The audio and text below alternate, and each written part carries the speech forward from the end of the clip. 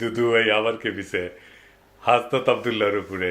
খেপারি কথা, হাসনাত করছে যে আওয়ামী লীগের টেকায় বিএনপির রাজনীতি চলে। দুদু ভাই বলছেন বিএনপি অনেক আগে থেকে, তার জন্মের আগের থেকে রাজনীতি করে, তাই হিসাব করে কথা বলা উচিত। বিএনপির বলো যে আওয়ামী লীগের টাকা দিয়ে রাজনীতি করছে। যদি বিএনপির লোকরা প্রস্রাব করে একমাত্র, তাহলে প্রস্রাবের তোরে ভেসে বঙ্গোপসাগরে গিয়ে পড়বে। সব কিছুর একটা সীমা থাকতে হবে। এমন কোনো কথা বলবা না যে কথার দায়িত্ব নিতে পারবা না। বিএনপি সম্বন্ধে যে অভিযোগ করছো, সেই অভিযোগের জবাব যদি বিএনপি শুধু থুতু ফেলে, সেই থুতুর মধ্যে তোমার খুঁজে পাওয়া যাবে না। সেই জন্য আমি বলবো, হিসাব করে কথা বলা, হিসাব করে চলা, আর গণতান্ত্রিক রীতিনীতি মানা। পোলা পাইন করলে বহুত ব্যর্থ আছে দুদু ভাই। ঠিকই কইছেন, ঠিকই কইছেন। সব জায়গায় দুদু ভাইয়ের লোক ঢুকেছে, একেবারে ফাউল এগলে। আপনি একজন বিশিষ্ট রাজনৈতিক নেতা, আপনি খাবার গেছেন, আপনার মুরগির ঠ্যাং দিবি না, তাই বলে দেখেন রানের পিস না দেয় দুদু ভাইয়ের কি রাগ। ঠিক আছে না? আমি কনফার্ম ওই মেসিয়ান না এনসিপি করে, ছাত্রদের দল করে। এরপরে দুদু ভাই খাবার গেলে না 2টা রান দিবেন, হ্যাঁ, আর বেঁধে দিবেন খিলানোর পরে। উনি খাবি আবার বেঁধেও নিয়ে আসবি। তো আসেন আমরা না ইতিহাস দেখি। দুদু ভাই কইছে মুরব্বী মানুষ তো ইতিহাস দেখা দরকার। তো দুদু ভাই মাঝে মাঝে ফাউল করে আর একটা বাড়ি খায়, কিছুদিন ঠান্ডা থাকে। ওটাই একটা কাজ। বিএনপির জীবনের কি কাজ সেটা অবশ্য জানি না। হ্যাঁ, জানাই কোনো গতি, সে নাকি হয় সহসভাপতি। তো উনি তো সহসভাপতি। তো সহসভাপতি আর বেটা মানুষের দুদু একই জিনিস। বিএনপির দুদু ভাইয়ের কাজও এক, ওনার কোনো কাজ নাই আসলে। বিএনপির মধ্যে ঐতিহাসিকভাবে আওয়ামীপন্থীরা কাজ করে। পাগলা ফজলু একটা উদাহরণ, হাবিবুর রহমান হাবিব আর একটা উদাহরণ। ওই নাকি জামাত ইসলামের লোকদেরকে মসজিদে ঢুকতে দিবি না, নামাজের ইমামতেও করবে দিবি না।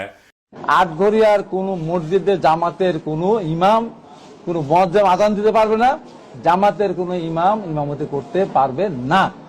তো এই দুটোই ছাত্রলীগের প্রেসিডেন্ট ছিল। বিএনপির শাহ মোজ্জেম ছাত্রলীগের প্রেসিডেন্ট ছিল পরপর 3বার।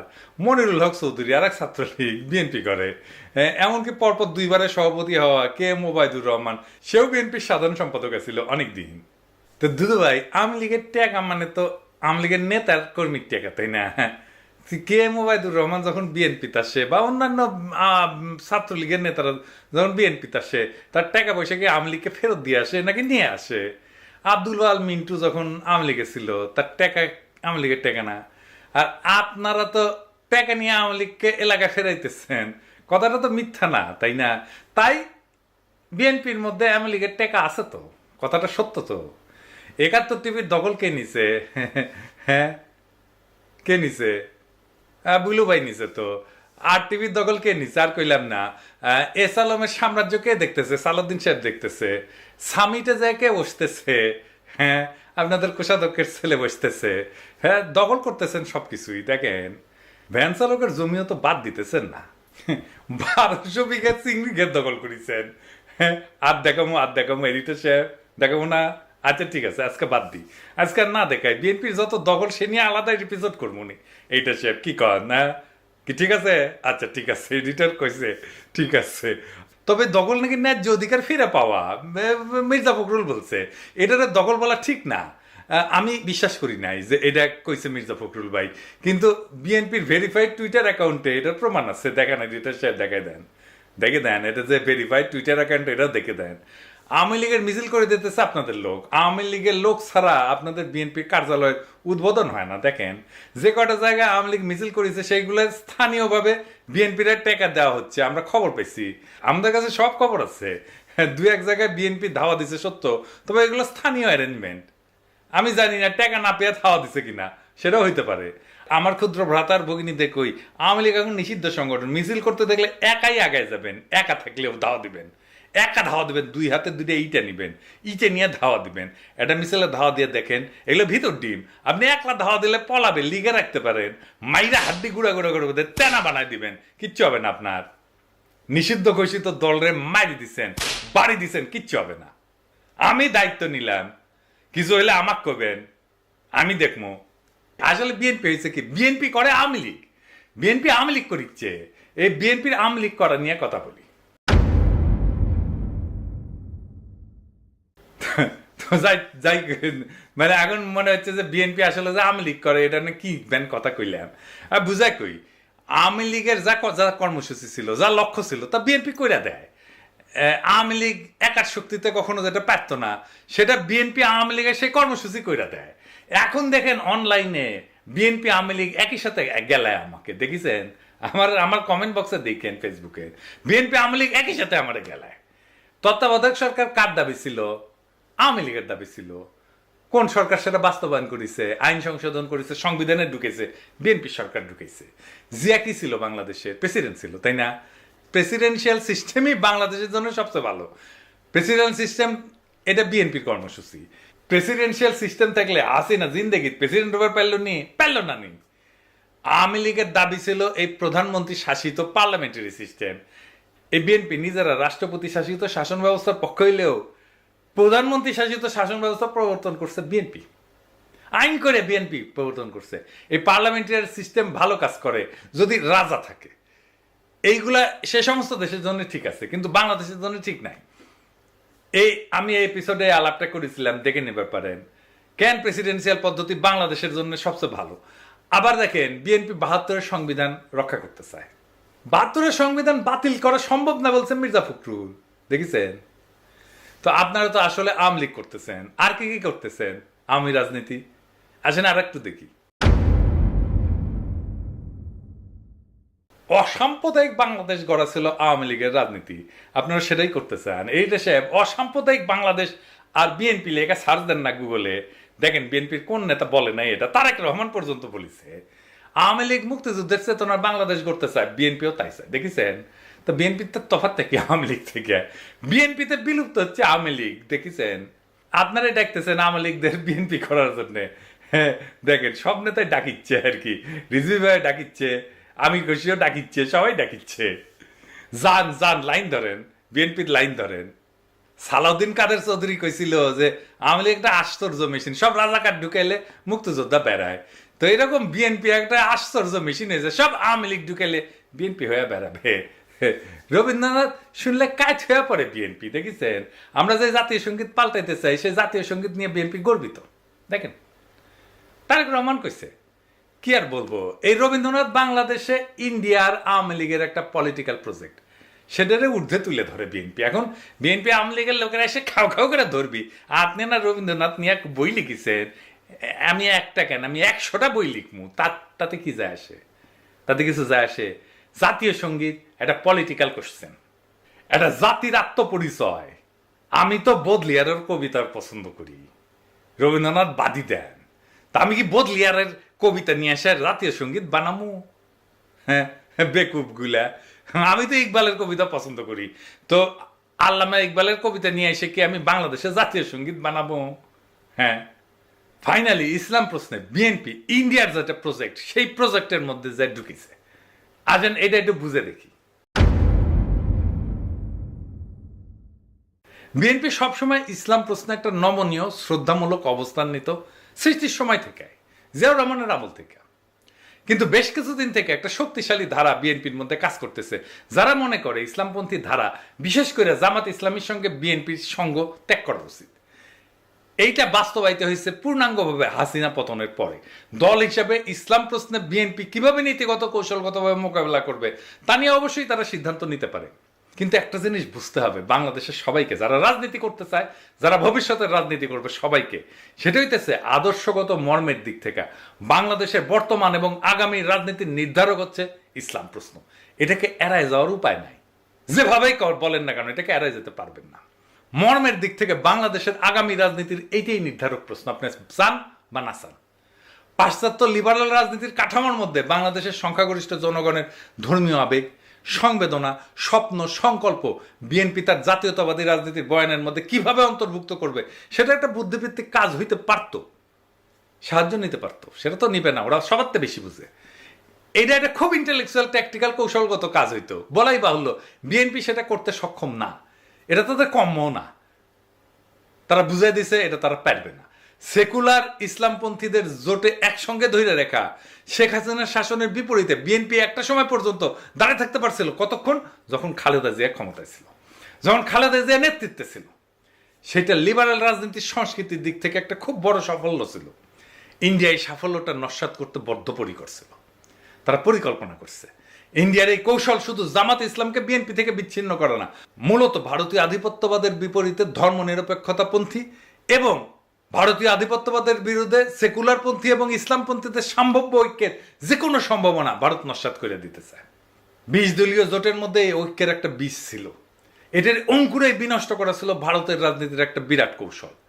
বিএনপি এবং ইসলামপন্থীদের মধ্যে ফাটল ধরানো, সেই জন্য শেখ হাসিনা বাম এদের একটা অন্যতম কৌশল ছিল। ফ্যাসিবাদের বিরুদ্ধে জুলাই আগস্ট বিপ্লবে এই যে সেকুলার বাম ইসলামপন্থীদের ঐক্য, এটা খুবই তাৎপর্যপূর্ণ রাজনৈতিক সন্ধি ছিল। এর বিপদ বুঝবার বিচক্ষণতা ভারতের আছে। এই রাজনৈতিক সন্ধির বীজ জাতীয় রাজনীতির সম্ভাব্য দিক নির্দেশক হয়ে ওঠার আগেই ভারতকে সমূলে নষ্ট করে দিল বিএনপিকে দিয়া। ভারত তার বিপদের ক্ষেত্রগুলোকে বাস পাখির মতো চোখ এনে ধরতে পারে বাংলাদেশে। 71-এর মুক্তিযুদ্ধে জামাত ইসলামের ভূমিকার বিচার আর বাংলাদেশের ইতিহাস, সমাজ, সংস্কৃতি আর রাজনীতিতে ইসলামের ভূমিকার প্রশ্ন দুইটা আলাদা প্রশ্ন। 1971-এ জামাতে ইসলামের ভূমিকার কারণে বাংলাদেশের শক্তিশালী ইসলামপন্থী রাজনীতির উদ্ভব এবং বিকাশ অনেকটা ক্ষতিগ্রস্ত হয়েছে, সেটা আমরা মানি বা না মানি।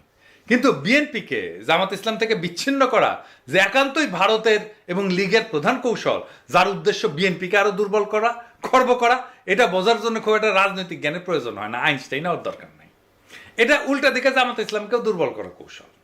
আমি মুক্তিযুদ্ধের চেতনার প্রশ্নে তারেক রহমানের একটা পুরনো সাক্ষাৎকার দেখাই, যখন খালেদা জিয়া বিএনপি প্রধান, যখন খালেদা জিয়ার নেতা, সেই সময় বিএনপি আসলে মুক্তিযুদ্ধ প্রশ্নে কি স্ট্যান্ড নিত। আমি এই সাক্ষাৎকারটা সাপ্তাহিক 2000-এ প্রকাশিত হয়েছে, 2001 সালের 17ই আগস্ট। এইটা পরে জনগণের মুক্তিযুদ্ধ চেতনার স্বরূপ সন্ধান এই নামে আহমেদ মুসা সম্পাদনা করে আর একটা বই বের করে। তো সেই সাক্ষাৎকার বড়, কিন্তু আমি শুধু মুক্তিযুদ্ধ বিষয়ক অংশটা তুলে ধরতেছি। এইখানে আমি সাপ্তাহিক 2000-এর প্রশ্ন এবং তারেক রহমানের উত্তর সেটা আপনাদেরকে বলতেছি। জামাতে ইসলামীকে কি আমি মুক্তিযুদ্ধের বিপক্ষ শক্তি বলবো না? আমি কিন্তু জিনিসটাকে ভিন্নভাবে দেখি। এটা আমার আগের জেনারেশন বলতো। আমি বলবো আসুন আমরা ভিন্নভাবে চিন্তা করি। 1971 সালে মুক্তিযুদ্ধ হয়েছিল, আমার বাবা মুক্তিযুদ্ধ করেছিলেন, তারা বুঝেছিলেন তারাই সঠিক কাজটি করছেন। জামাতকে অনেকে, আপনারা, আওয়ামী লীগ বলে যে তারা মুক্তিযুদ্ধের বিপক্ষ শক্তি। দেশ তো এখন স্বাধীন হয়ে গেছে। আমাদের সবচেয়ে বড় বাস্তবতা হচ্ছে দেশ কিন্তু এখন স্বাধীন। 71-এ জামাত হয়তো মনে করেছিল মুক্তিযুদ্ধটা ঠিক নয়, এ কারণেই হয়তো তারা এটার বিরোধিতা করেছিল। স্বাধীনতার পর জামাতের কোনো নেতা কি বলেছে এটাকে আমরা আবার পাকিস্তানের নিয়ন্ত্রণে নিয়ে যাব? আমার তো মনে পড়ে না কোথাও তারা এটা বলেছে। দেশ এখন স্বাধীন, আমরা 30 বছর পেরিয়ে এসেছি। এই যে মুক্তিযুদ্ধের চেতনা, রাজাকার, এটা নিয়ে আমাদের পূর্বপুরুষদের এত সময় নষ্ট করেছে যেটার ভোগান্তি এখন আমাদেরকে পোহাতে হচ্ছে। আমার জেনারেশনকে বলবো আসুন আমরা সামনে এগোই, রাজাকার নিয়ে চিন্তা করে সময় নষ্ট না করে মানুষের অর্থনৈতিক মুক্তির লক্ষ্যে যা করা উচিত বা যা করা প্রয়োজন সেটা করি। যুদ্ধাপরাধীর বিচার বা শাস্তির ব্যবস্থা তো একটা স্বাভাবিক ঘটনা, এটাকে ভুলে গেলে চলবে কি করে?